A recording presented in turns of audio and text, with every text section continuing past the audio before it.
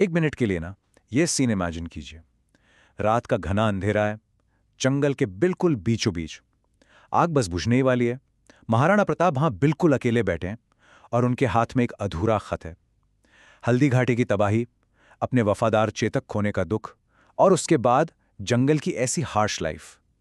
He was literally on the verge of surrendering. और वो खत जो उनके हाथ में था ना, it was actually meant for emperor Akbar. Just pause for a second and really consider this. उस फेटफुल रात आखिर ऐसा क्या बदला? I mean, what could possibly have stopped a man from sending that letter जब सारी उम्मीद, सारे resources पूरी तरह से खत्म हो चुके थे?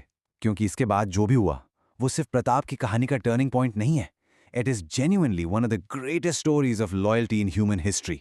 तो होता क्या है, उस जंगल के अंधेरे से एक शख्स उनके कैंप की तरफ चला आता है। ये थे भामा शाह, एक बहुत ही trusted commander, a deeply devoted loyalist, and he steps out of the shadows carrying something unimaginably heavy. पता है वो क्या लेके आए थे? वो अपने परिवार की पूरी दौलत ले आए थे। We are talking literal chests of gold, silver, jewelry. उनके पास जो कुछ भी था ना, उन्होंने सब कुछ अपने राजा के सामने लाकर रख दिया। उनके शब्दों का जो इमोशनल वेट था, वो इतना प्रोफाउंड था। He looks at his defeated king and simply says, महाराज, ये सब आपका है। Rebuild your army. Take back Mewar. Just think about that sacrifice. उन्होंने सिर्फ दौलत नहीं दी, He literally handed Mewar a second chance. और एग्जैक्टली उसी पल प्रताप के हाथ से वो सरेंडर का खत छूटकर जमीन पर गिर गया। That letter, it was never sent. एक तरफ वो अनसेंट लेटर था, जो टोटल डिस्पेयर और सरेंडर का सिंबल था, और दूसरी तरफ एक पूरी नई आर्मी को खड़ा करने की उम्मीद। Bhama Shah sacrifice sparked an absolutely unbelievable momentum shift. उस नई उम्मीद और उन रिसोर्सेज के साथ 1582 में Pratap launched a massive new campaign. It was finally time to reclaim his home. And Pratap didn't just march back into an open field. उन्होंने ब्रिलियंटली अडेप्ट किया। अरावली की पहाड़ियां जो हल्दी घाटी में एक ऑब्स्टेकल लग रही थी, they became his greatest tactical ally. He fully embraced jungle warfare. उन्होंने ब्रिलियंट गुरिल्ला टैक्टिक्स यूज की, पहाड़ों से डेविस्टेटिंग नाइट अटैक्स लॉन्च किए। He literally turned the very terrain into a weapon against the empire. You have to remember, the Mughal army एक absolute powerhouse थी। Open मैदान में उन्हें हराना लगभग नामुमकिन था, पर प्रताप ने उनकी शर्तों पर लड़ने से साफ इनकार कर दिया। By using this unconventional mountain warfare, he systematically dismantled the supposedly invincible Mughal forces. उन्हें समझ ही नहीं आ रहा था कि एक ऐसे दुश्मन से कैसे लड़ें जो शैडो से स्ट्राइक करता था और वापस उन्हीं पहाड़ों में गायब हो जाता था। और उनकी विक्ट्री का स्केल देखिए, 85%। That is an absolutely staggering number. किले दर किले, गांव दर गांव, महाराणा प्रताप ने अपनी जिंदगी में ही मेवाड़ का 85% हिस्सा वापस जीत लिया, stopping just short of Chittor. Trust me, ये हिस्ट्री के सबसे स्टनिंग मिलिट्री कमबैक्स में से एक हैं। पर अब इसको जरा एम्परर अकबर के पर्सपेक्टिव से देखते हैं। यहां एक प्रोफाउंड आयरनी है। अकबर एक ऐसा एम्परर था जिसने लगभग हर उस चीज को जीता जिस पर उसने नजर डाली। The man conquered almost everything, yet he spent his entire life trying and failing to defeat this one king. जब तक अकबर जिंदा रहा, उसने हर तरीके से प्रताप को तोड़ने की कोशिश की, and he failed every single time. और ये कोई सुनी सुनाई लेजेंड नहीं है। We have actual historical records. Akbar की डेथ के बाद उसके सबसे करीबी कोठियर ने ऑफिशियली ये लिखा था, Only one thing troubled Akbar. There was only one man he could never conquer. ये स्टेटमेंट खुद प्रताप के लेजेंडरी स्टेटस को सीमेंट करता है। He was the ultimate unconquered rival.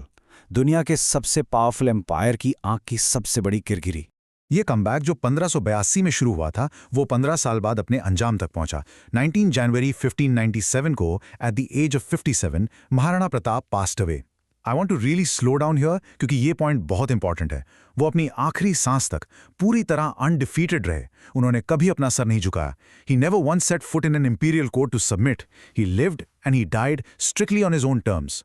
और उनके गुजरने पर एक बहुत ही पावरफुल, क्वाइट, हिस्टोरिकल डिटेल हमें मिलती है।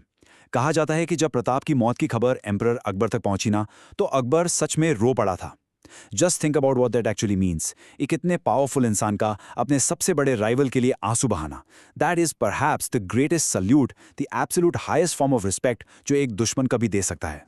तो आने वाली दुनिया एक ऐसे इंसान को कैसे याद रखती है? हाँ, एक फिजिकल लेगेसी जरूर है, वो मजेस्टिक कुंभलगढ़ फोर्ट आज भी खड़ा है, चेतक का मेमोरियल आज भी डीपली रिस्पेक्टेड है, पर उनकी फार ग्रेटर लेगेसी ना, वो आइडियोलॉजिकल है। It goes way way beyond stones and statues. ये लेगेसी है एक अकेले इंसान की, जिसने दुनिया के सबसे बड़े एम्पायर की आंखों में आंखें डालकर रिपीटेडली, रिलेंटलेसली कहा नो। ये कहानी हमें हराने यानी डिफीट का असली मतलब रीडिफाइन करने पर मजबूर कर देती है। True defeat is not the loss of land. वो सिर्फ जमीन, दौलत या महलों का छिन जाना नहीं होता। True defeat is actually the loss of your inner identity. Haldi Ghati में प्रताप ने फिजिकली अपना सब कुछ खो दिया था, but he never ever lost his spirit. उन्होंने अपना वजूद कभी सरेंडर नहीं किया। तो क्रूशियल पॉइंट ये निकल कर आता है, ट्रू पावर अपनी आइडेंटिटी को बनाए रखना है, तब भी जब आपसे आपका सब कुछ छीन लिया जाए। The real victory was keeping the power to decide who I am. जब पूरी दुनिया आपको झुकाने की कोशिश करे, तो अपने कोर आइडेंटिटी को मजबूती से पकड़े रहना ही आपकी अल्टीमेट ट्रायम्फ है। महाराणा प्रताप ने सिर्फ एक किंगडम रन नहीं किया, उन्होंने एक टाइमलेस आइडिया को जिंदा रखा अगेंस्ट टोटली इम्पॉसिबल ऑड्स। और इस पूरी कहानी का डीप प्राइड एक सिंपल इंड्यूरिंग ट्रुथ पर आकर रुकता है। Some things at any cost simply cannot be bought. आप एक इंसान से उसका राज्य छीन सकते हैं, पर आप कभी उसकी आत्मा को खरीद नहीं सकते। As we wrap up this explainer, मैं आपको इस आखिरी सवाल के साथ छोड़ना चाहता हूं। महाराणा प्रताप के इस इनक्रेडिबल स्टोरी के किस हिस्से ने आपको सबसे ज्यादा टच किया? Take a moment to reflect on what we discussed today. इस लेसन को हमेशा अपने साथ रखिए and join us next time जब हम हिस्ट्री के एक और फैसिनेटिंग चैप्टर को एक्सप्लोर करेंगे, जयपुर, वो शहर जिसने एक इंसान के लिए अपना पूरा रंग ही बदल लिया था। Until then, keep learning and stay curious.